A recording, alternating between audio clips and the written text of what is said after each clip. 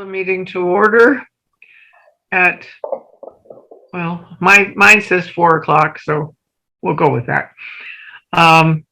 Do we have any public people on the Zoom meeting?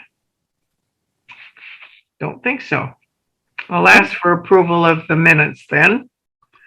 Are there any corrections or additions to the minutes? Oh, Bill just popped on. Hold on. Bill, do you have any questions you have?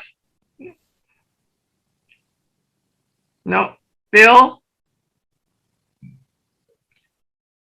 Okay, go ahead.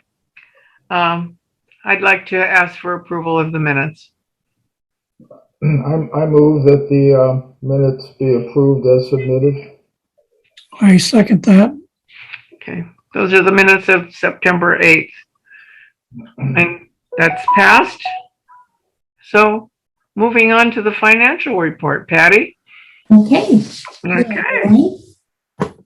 Today we have October warrants that total $54,675.08. The total for payroll is $13,318.70. And that includes chief salary of $5,541.67, along with Chief Shield's pay of $3,175.83. And there was one event for each of the commissioners and the secretary. The total payout for the volunteers, including warrants, is $4,301. And the September financial statements have been handed out for review. So today I'm just looking for approval of the warrants and payroll for October as presented. Would entertain a motion on that, please. Yeah, I make a motion that we approve the financials as presented by Patty. I second. Okay. So that they have passed. The warrants totaled $54,675.88 in total. Okay. Patty? And does that motion include payroll as well? Oh, yes, I'm sorry. Okay, Oh, I just want to double check, verify. Yeah. Great.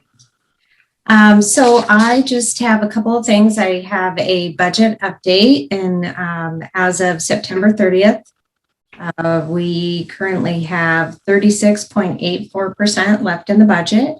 And that is in comparison to 41.77% this time a year ago. And also, I believe everyone is aware of it, but I just wanted to also note about our special budget meeting coming up that will be on Tuesday, October 26th at 4 p.m. Correct. Carlton and I met earlier this week and went over the budget, and yeah, so we'll be sharing that here in a couple of weeks with you. That will be Zoom as well. Yes. Correct. Yeah. Yes. Okay. Any questions of Patty about the? I just want to back up and confirm that special budget meeting, October 26th. Did you say 3 o'clock?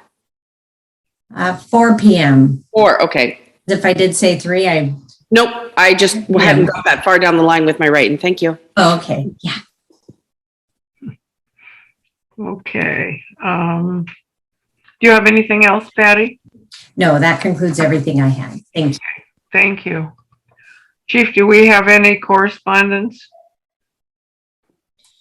The only correspondence that I've received is about COVID testing times, those types of things, results. Good. A lot of thank yous. A lot of thank yous. Yeah. I think that's nice to hear. Okay, Chief's report. Hey everybody, I'm going to share my screen with you.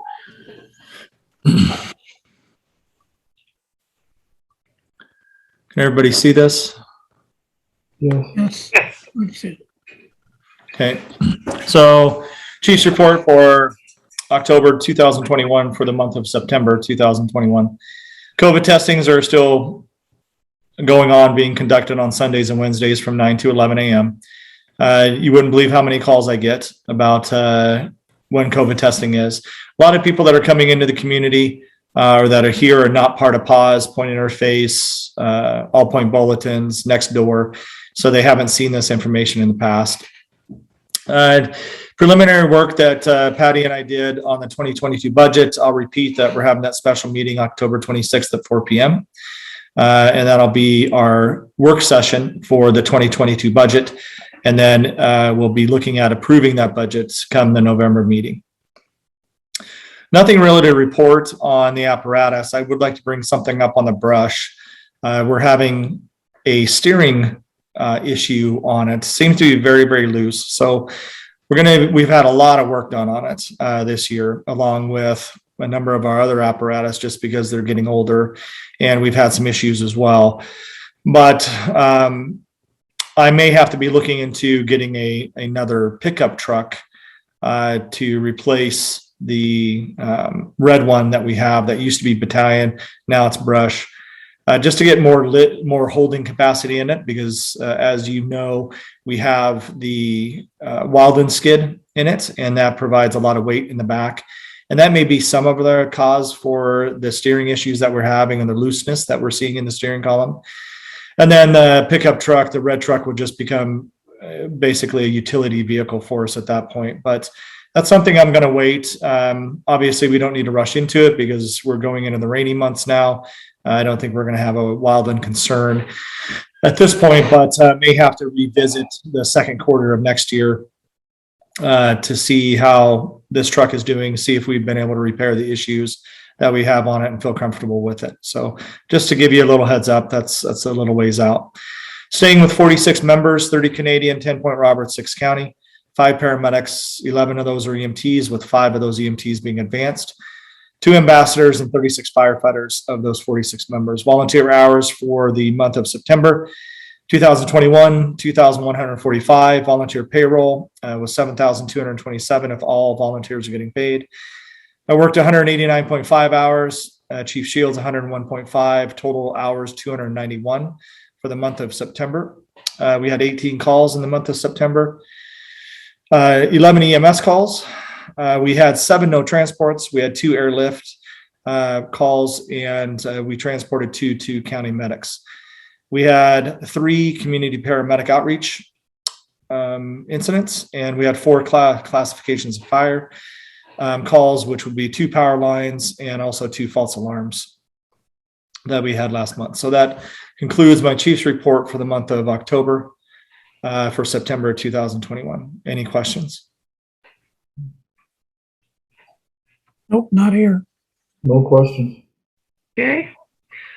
Chief, on the truck, how old is that truck?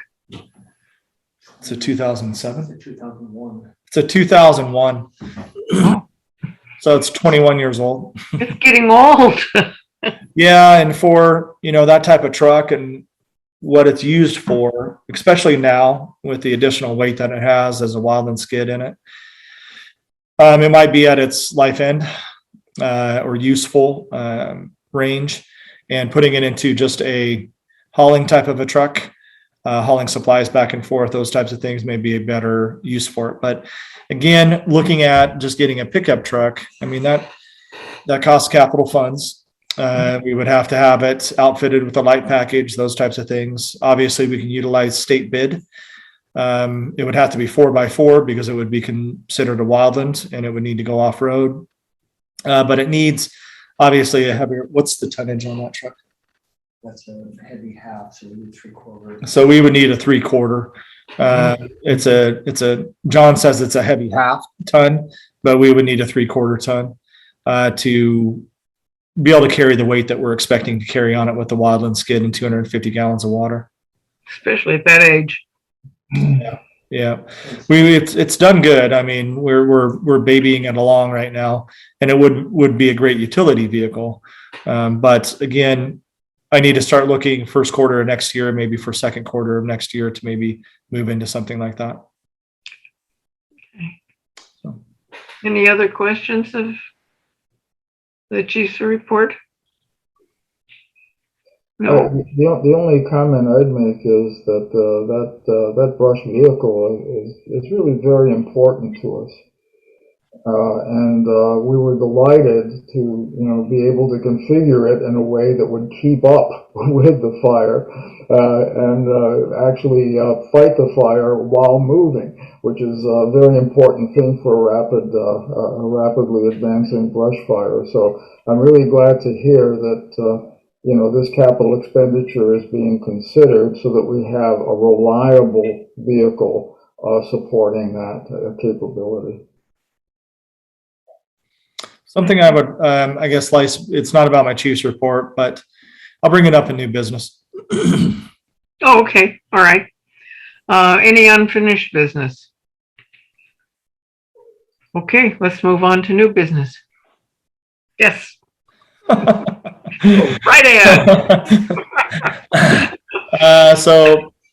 I would like to say, I also discussed with Patty the other day when we met, is to relook at our capital facilities plan and outlook on our financial future, to start working with the county. Hopefully the person that I worked with initially is still there, but to compile our numbers again for that report, see if we're in line with what we projected back in 2018, if we're behind or if we're ahead. And I would just like to update that report for our district and for the community at large, so we can be showing what our finances are looking at in the next 10 to 15 years. That sounds like a really good idea. Yeah. So, I have, any questions? Yes. on our wildland issues. Mhm. I know that the Forest Service has at their district offices and stuff, they have equipment Mhm. signed up on contract that's been inspected prior to the fire season. And these documents are put in a file, and then when something breaks out, they pull these out, and these equipment, the stuff that's signed up, is supposed to be kept in tip-top condition by the owners. And they hold them to that. And I'm just wondering if that's something that we could approach at here, because if you get on a call out on a wildland fire and the skid and everything, some of the stuff I've seen around people stockpiling, building this trash clearing and stuff, they're not going to be able to dig through that with the hand tools. And if they had some smaller excavators that could be called up when an emergency, already on contract, we're not paying them anything, it's just the fact that they keep their equipment in good condition for a response. Mhm. Anyway, I was just thinking about that. You're talking about local people that have equipment? Yes. Mhm. So we do have access to excavators and stuff if need be. Now, how those are being maintained, we don't know, but they're construction people that do construction work here in Point Roberts all the time. And they've always stated that we can call and gain access to their large excavators and other equipment that they have. We also met with DNR, Department of Natural Resources. Two of their representatives came up this last summer, and they have surplus, wildland trucks and engines and everything else that they've surplus, that sometimes, depending on the circumstance of the organization that's asking, we could potentially get for free. So that's something that we're looking into as well. Maybe getting a secondary, better off-road vehicle, ATVs, gators, something to get back into the woods, because you're right. If it gets into the trees, or if it's deep and we don't have enough hose to reach it from the road, we're going to need to go in. And we do have our ATV here at the hall that's equipped with a hauler, and we have our packs that we can put into that and get back into a trail. If absolutely necessary. But everybody understands that our hope is that it stays on the ground. We're able to hit it hard, hit it fast, mitigate it while it's still on the ground. But if it gets into the treetops and it's windy, we're in deep trouble. And, we have access to call in DNR, their ground crews, they would send over the border. But we also have access to their helicopters. Anything else? Yeah, that's it. They're ground crews and air crews. Ground crews and air crews.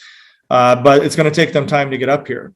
We also, our first initial call out would be to Delta, and they have a very large wildland vehicle that is 4x4 capability, but really big and tall. So they would be coming over because it's an interest to them to help us mitigate a wildland call before it would reach the border and put, First Avenue in harm's way or their communities in Canada.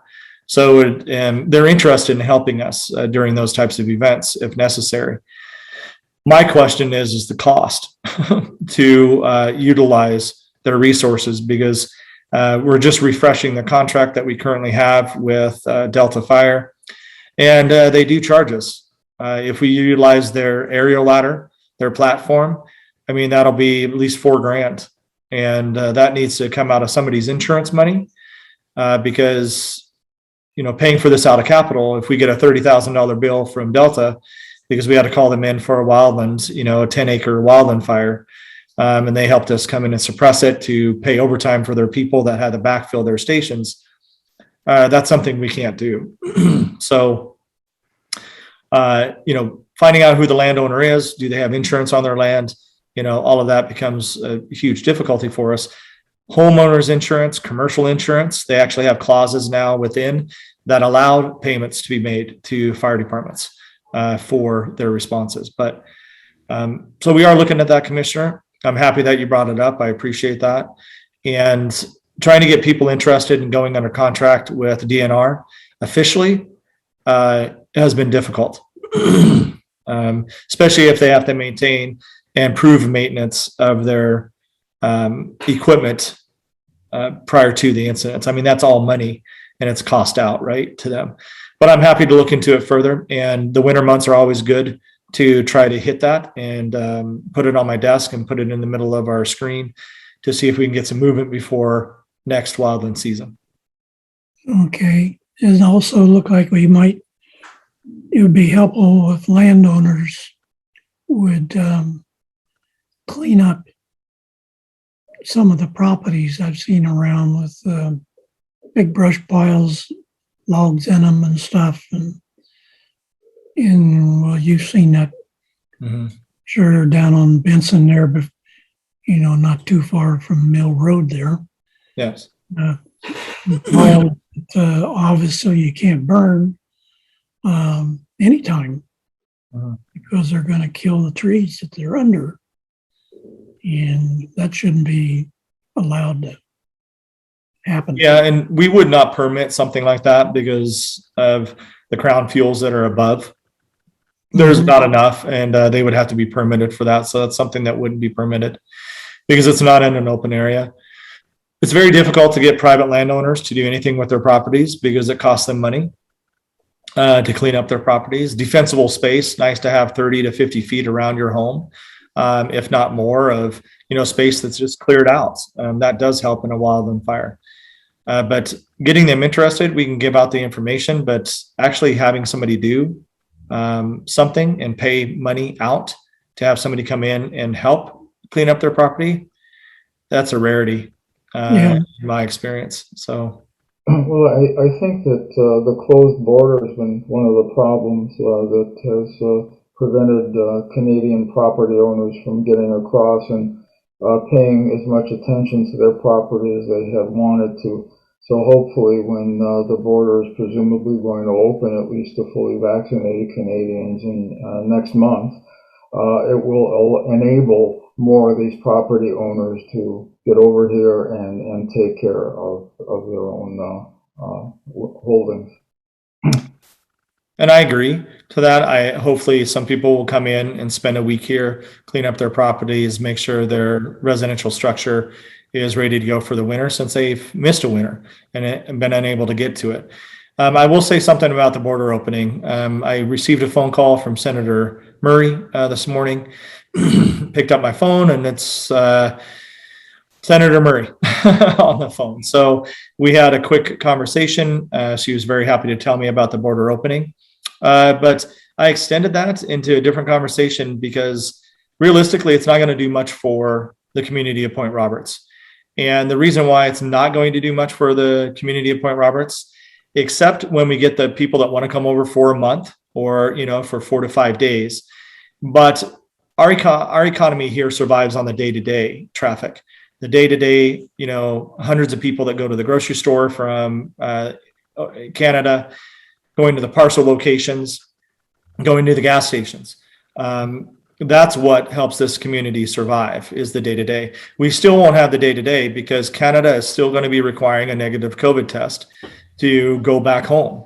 There is a concern that I have that this is not going to be well educated to the Canadians that have heard the news that the southern border is now, the northern border to go south into the United States is now going to be open.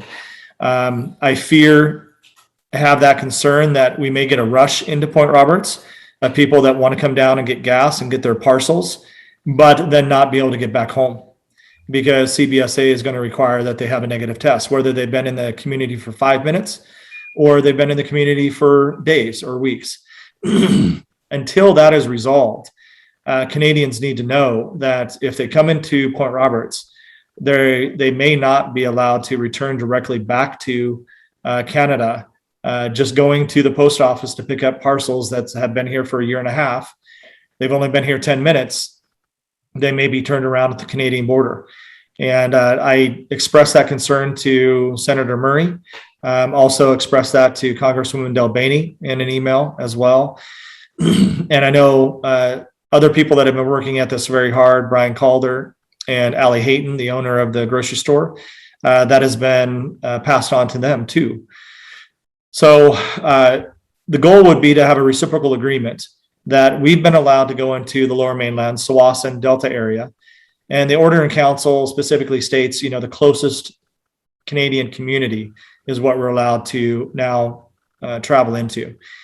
The hope would that be that the Delta region, south of the river, would be given the same opportunity to travel into Point Roberts and not have to return to Canada with a negative COVID test.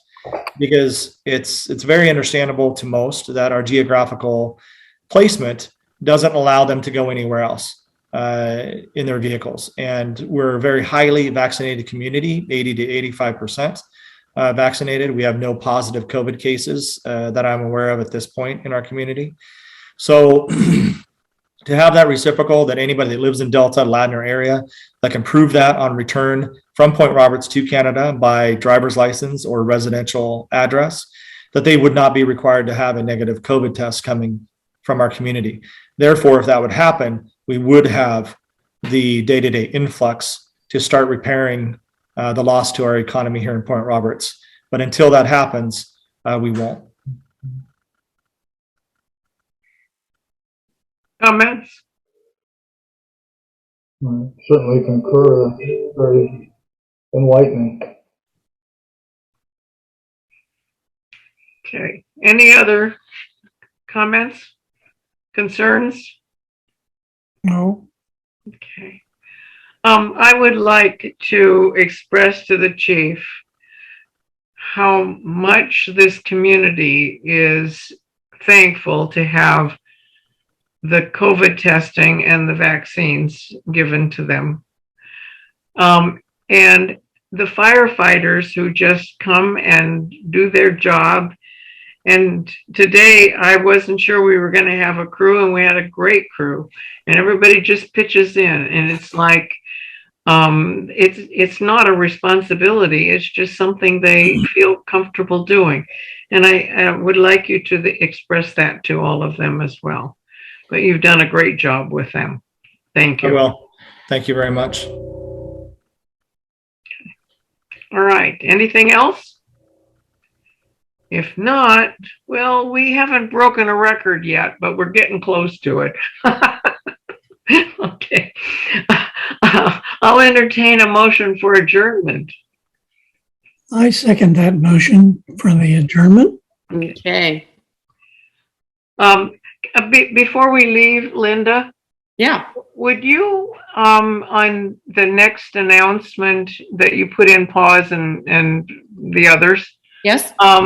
send the chief and I a notice that it has gone out? Okay. Would Yeah. you? Yeah. Yeah. Okay.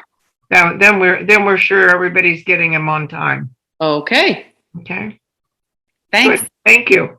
All right. Take care, all. All right. Thank All you right. very much, everybody. Bye. Cheers. Right.